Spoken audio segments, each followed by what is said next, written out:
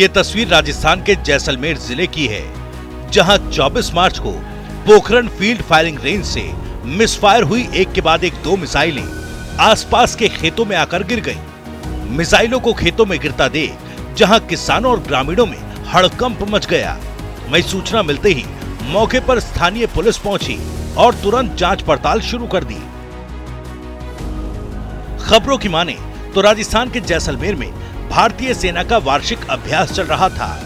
उसी दौरान गलती से पोखरण फील्ड फायरिंग रेंज से 3 मिसाइल मिसफायर हो गई।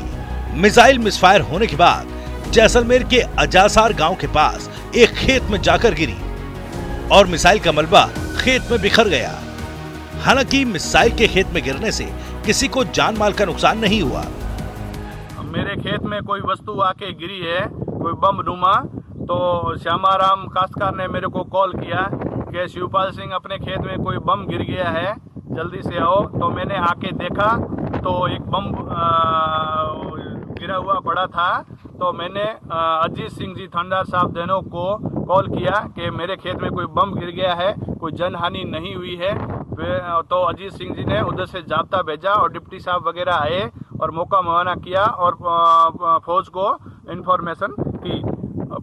गनीमत ये रही कोई पास में नहीं था, इस वजह से कोई खेत में किसी प्रकार का हादसा नहीं हुआ।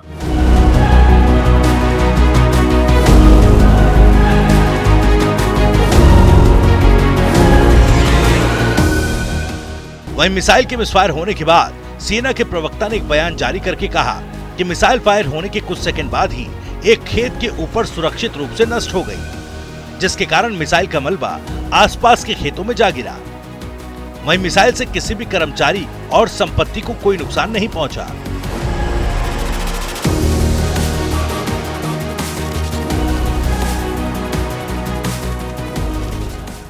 इसके अलावा कहा यह भी जा रहा है कि अभ्यास के दौरान तकनीकी खामी आने की वजह से जमीन से हवा में फायर करने वाली 3 मिसाइल हवा में रास्ता भटककर अपने डमी टारगेट पर न लगकर रेंज से बाहर चली गई।